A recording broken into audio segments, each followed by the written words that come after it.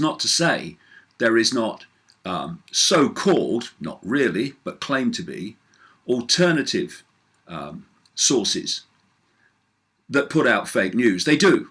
And I'm going to be giving you a, in my opinion, a shocking example and classic example of that in a minute. But that's not what this fake news hoax, this fake news tirade is all about. It is to justify the suppression of information from the genuine alternative media, and like I say, not all of it is, so that we have one source. We go back to one source of information from which people get their opinions and views and perceptions, and that's the mainstream media. The mainstream corporate media that's connected to all the other areas of the system, politics, big pharma, big biotech, etc., which constitute what I call the mainstream everything. And perception is the key. We are being subjected to, and have been through almost all known human history, certainly modern history, to a perception deception. It's the name of one of my books.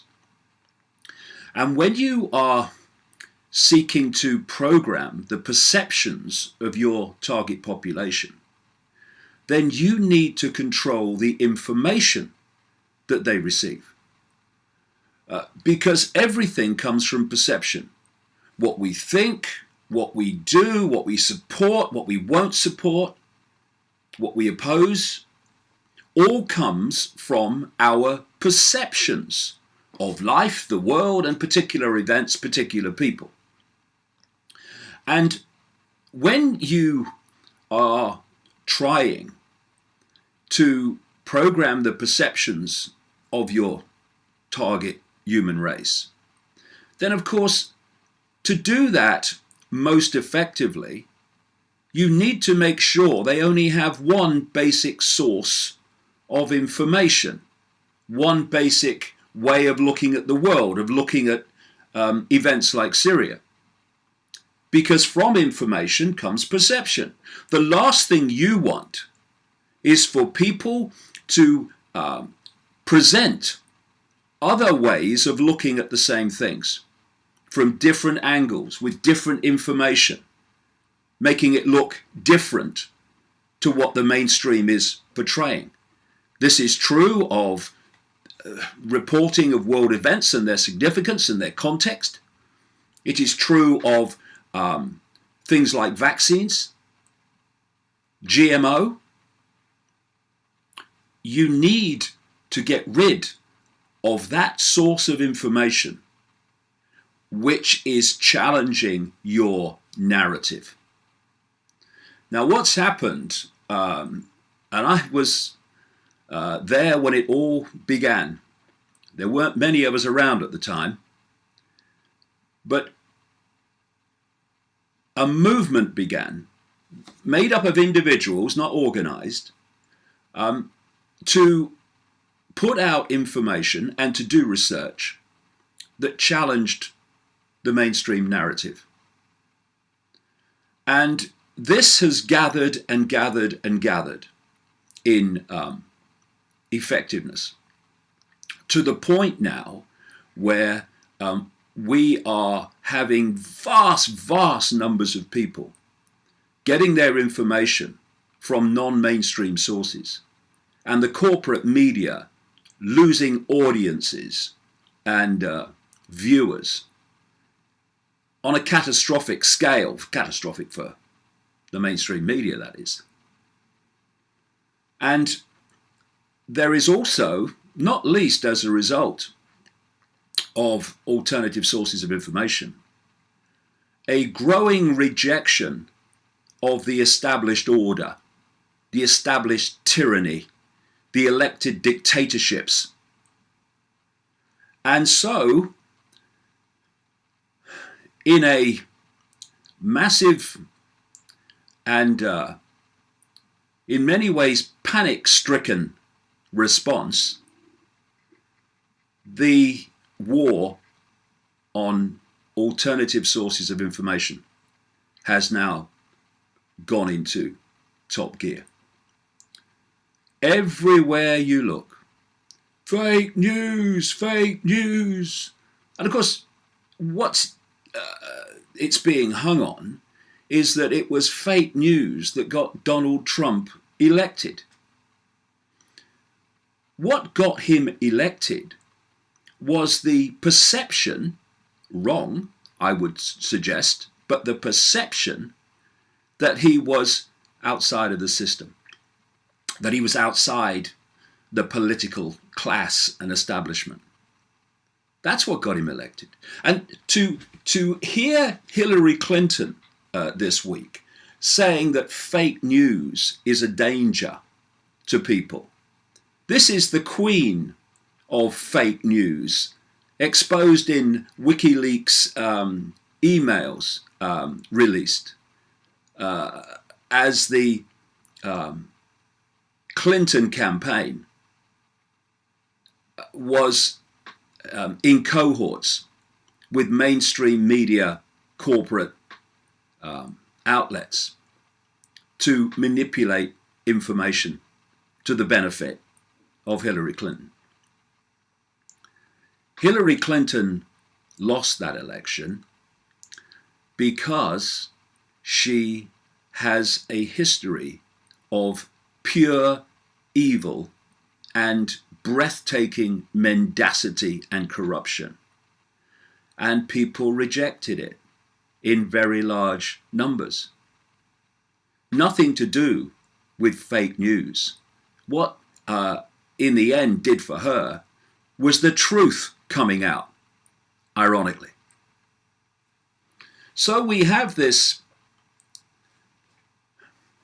focus now on what is called fake news, and this is what happens. I'm not saying for a minute there isn't fake news in what people call the alternative, but like I say, if it's fake news, it's not alternative. It's just another version of the mainstream techniques of a manipulation. But the idea is to use that and use this all-encompassing term of fake news to target the genuine alternative media, which does professional research and professionally make sure in every way it can that its facts are right before it goes public with them. That's nothing like, whew, are you kidding? That's nothing like the totality of the alternative media.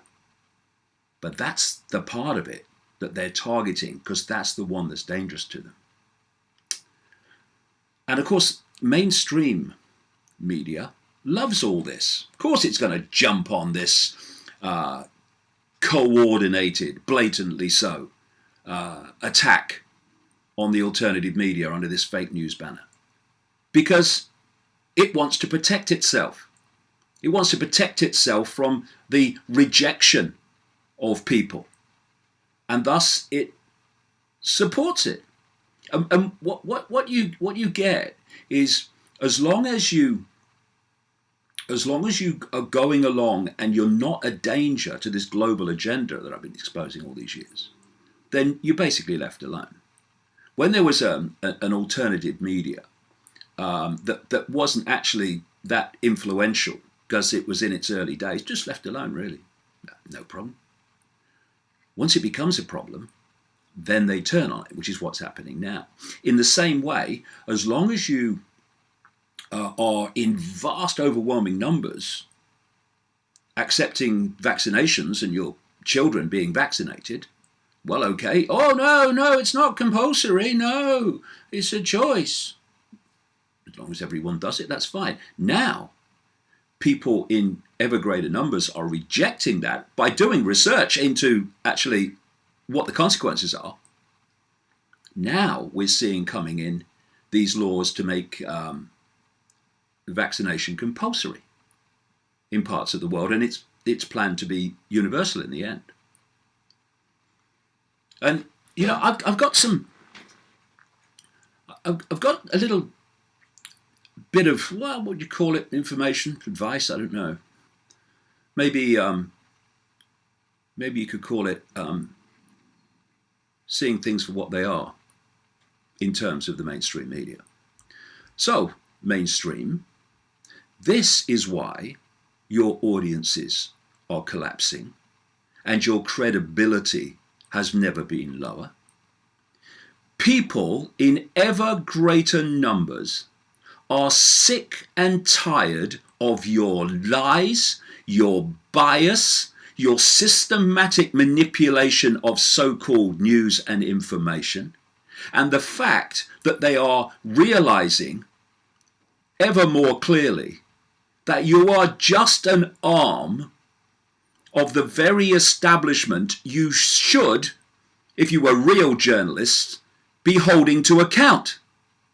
That's why what's happening to you is happening, not because of any fake news, but because of your fake news, decade after decade after decade. I mean, this is a report this week in a mainstream newspaper about the fact that the terrorists, because that's what they are, United States, British, backed, armed, trained, supported terrorists in Aleppo in Syria. This is the report on how they have been virtually now removed from Aleppo after the extraordinarily grotesque treatment of people, civilians, children, under their control in parts of that city. Instead of celebrating the fact that these people have been freed now in great numbers from that tyranny, from that horror, this is what you get.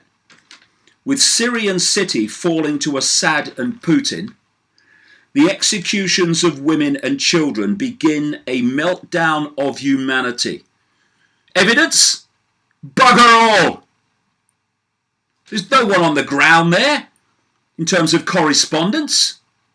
They're getting their information from, if you call it that, from sources that are absolutely not to be trusted. I mean, it quotes here the White Helmets. The White Helmets, who are an organization supposedly created to help people in a humanitarian way, who are funded by all the players who have funded, armed and trained these terrorists, including ISIS, United States, Britain, EU, etc. Oh yeah, that's an unbiased source. And they also quote over and over again in terms of Syria, the mainstream media, an organization called the Syria Observatory for Human Rights. Oh, that sounds grand. Oh, bet they've got a big building. They must be in Syria. They must. You've got to quote them at what's happening in Syria in such detail with unquestioned, questioning their accuracy. Do you know what the Syria Observatory for Human Rights is? One man. But at least he lives in Syria. No, he doesn't. He lives in Coventry, in England.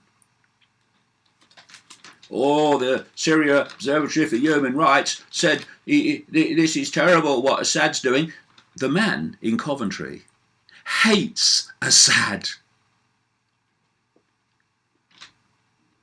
And the mainstream media talk about fake news. Do they have mirrors in these buildings? I guess they must not. Within 24 hours, an estimated 10,000 people had fled the horror, but last night there were at least 50,000 still trapped. We're seeing in other mainstream sources, things like 100,000 people are still under siege from Assad and the Russians. Evidence? Zilch. And, you know, there are so many ironies in this. I'll give you another one. When the mainstream media has played its part, which is the idea of destroying the alternative, then do you think this hidden hand that wants rid of the alternative media, for reasons I've discussed, is going to allow any part of the mainstream media to tell the truth about anything? Have you seen how the mainstream media even has been targeted more and more around the world in terms of suppression of what it can say? Talk about turkeys campaigning for Christmas. So it's the Russians, it's the Russians, it's the Russians all the way through the mainstream media. It's the Russians that manipulated the American election. Evidence? Oh, the CIA said. Yes, the CIA, who has a history of mendacity that is truly staggering. If the CIA ever told the truth, it would genetically implode from the shock. It's the Russians. I burnt me toast. It's the Russians. Oh yeah, it's the Russians. He burnt his toast. It's pathetic. And what we're seeing is in all these different areas, not just in things like Syria, we're seeing the imposition of rules, regulations and laws that are stopping the free flow of information. So, again, we have had now the British Prime Minister, Theresa May, saying that a new definition of anti-Semitism is going to be introduced. Now, this is absolutely nothing to do with protecting Jewish people from attacks and racism. Nothing. It's about protecting the merciless regime in Tel Aviv from legitimate exposure and criticism. That's what it's about. And again, fake news. Theresa May said that one of the reasons this is happening is because attacks on Jewish people in Britain are reportedly on the rise. Well, where do these figures come from? Must be solid, surely. They must be independent. Otherwise, we won't believe them and change things as a result of them. Well, these figures come from an organisation originally set up by the British Board of Jewish Deputies, the big Jewish organisation in Britain, which is now, what was set up is now a charity, where the guy running it gets a really fat salary every year. And it is founded on donations, massive donations, from Jewish people who are frightened of racism and attacks. So, will they go on funding that unless they believe that they are in danger from these attacks and they're rising? The question answers itself. And yet we're taking reports from these organisations, or this organisation in this case, on attacks, anti-Semitic attacks in Britain. Everywhere you look, there are vested interests providing so-called information on which the world changes. And free flow of information is suppressed. And what we're looking at now is a takeover of information, a gathering global ministry of truth, as Orwell called it in 1984. A ministry of truth in that book, whose real role was propaganda and revising history to suit the perception deception of the day. And one of the major areas this is happening is in involving the internet giants of search engines, Google, the monster that is Google, and social media like Facebook, Twitter. See, this has been the game. You start social media and search engines and all this stuff, and you then allow the free flow of information. And people think, oh, this is great. You understand that. They think, oh, this is great. You know, you can say what you like, you can have an opinion, and all that stuff. Yeah. But then, as they get bigger and bigger and bigger, this has been the plan all along, there comes a point where they start to dominate the flows of information and the means of those flows that people get. And once you've reached that point where you think you're strong enough and big enough and unassailable enough, then you start censoring that information. And that's what we're seeing now. More and more and more getting alternative information circulating on these social medias is getting more and more difficult. There was some figures I was given this week about my own work. For instance, on Facebook, there are about 700,000 what you might call followers that you know want information from my Facebook page. Of those 700,000, only between 5 and 10% actually receive alerts and receive the posts when they're posted every day. 5 to 10%.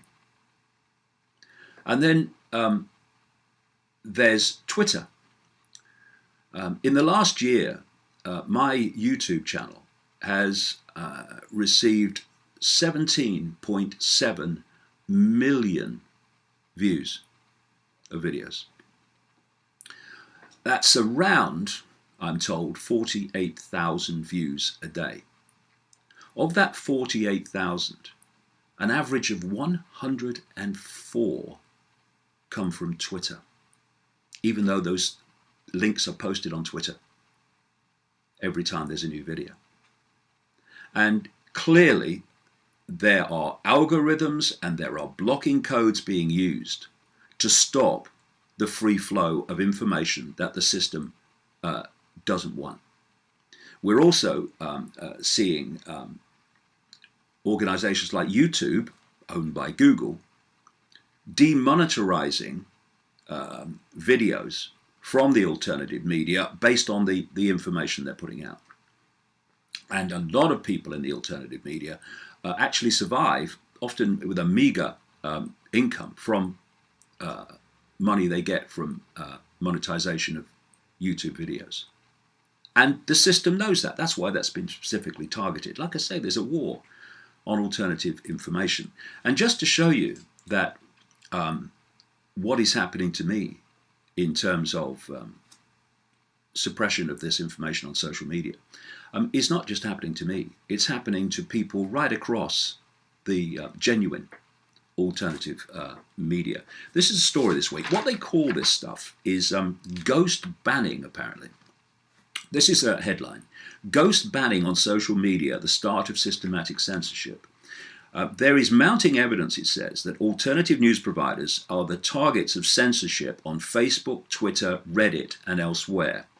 We are told it's called ghost banning, meaning you are present, though invisible, in plain sight, and the user is completely unaware. The goal is frighteningly obvious. Deny an offending website traffic to the point that it disappears from public view. This, it says, is a new business model of the old art of controlling what is considered acceptable speech by the powers that be. As a result, legacy news outlets that comprise of the world of corporate mainstream media are propped, crowding out alternative views and dissent. Freedom of speech faces an existential threat, or existential threat. Now, this is a quote from Craig Murray. Craig Murray is a former UK ambassador who writes and speaks out about the way the system is so corrupt. And this is what he says. I had never heard of ghost banning until I was ghost banned by Twitter. That, of course, is the idea. They censor you without realizing, or you realizing, you are censored. People no longer get notifications when I post, and the tweet only turns up in the Twitter line of followers who happen to be logged in at the time my tweet goes out. Exactly the sort of thing that's happening to me. Those logging in later will no longer see tweets I issued while they were away. Most of my tweets no longer show up on Twitter searches, and further restrictions are applied when people retweet my tweets. Since ghost banning, he says, traffic to this website from Twitter has fallen 90%. This is what is going on. And it's because the system, which these internet giants are expressions of, are terrified of alternative information, which trashes and dismantles their deception. But let me make this point, and it's equally important. Does fake news exist outside of the mainstream media? Too right it does. And those peddlers of it are helping to destroy the genuine alternative media by giving that which wants to destroy it ammunition. They hold up this fake news crap and say this is the alternative media. I was sent a classic example of it this week from a website called Your Newswire. Operates out of California, and it's run by someone who years ago was a webmaster of davidicke.com. The irony is not lost. And this article, he says in quotes, is written by someone, we are told, called Baxter Dimitri. Baxter Dimitri does not exist. And the picture put alongside Baxter Dimitri is actually the picture of a British sound recordist who I met a number of times years ago. This is what the headline says. Lady Gaga, Prince Charles is not human, in quote. So this is a classic clickbait headline designed to make you click on it and add to the advertising revenue of the site. Lady Gaga, the buzz name there. Oh, Lady Gaga, Prince Charles, another one. Put them together. Prince Charles is not human. Now, people will realize that I've been talking about stuff like that for a long time, not least in books like Children of the Matrix, about a human reptilian hybrid bloodline that actually is manipulating human affairs. But I do it in books where I'm quoting people who've experienced this. I'm quoting people who have knowledge of this by name. So people can then make their own minds up based on that. But this is what this story has done, basically taking that theme and then making it up. Lady Gaga has told senior staff and associates that Prince Charles is not human, but is a hybrid that shapeshifts between human and reptilian form, straight out of my work. Apparently, Lady Gaga met Prince Charles at the Royal Variety Performance in London on December the 7th and was criticised in some quarters of the tabloid press for failing to observe royal etiquette, all that stuff. It's now been revealed by whom? Doesn't say. Why? They don't exist. It's now been revealed that Lady Gaga avoided Prince Charles after he shapeshifted during a brief introduction. Quote, Prince Charles was 8 foot tall with yellow eyes that flicker and scaly skin the colour of an iguana. Source of the quote by Lady Gaga? Is it anywhere else? No. The Prince of Wales shapeshifted between this state and human form 2 or 3 times, quote, after introducing himself to her. She claims, Lady Gaga claims, here you go, that she saw him shapeshift in the audience while he performed her song, or she performed her song, maybe he did too, A Million Reasons.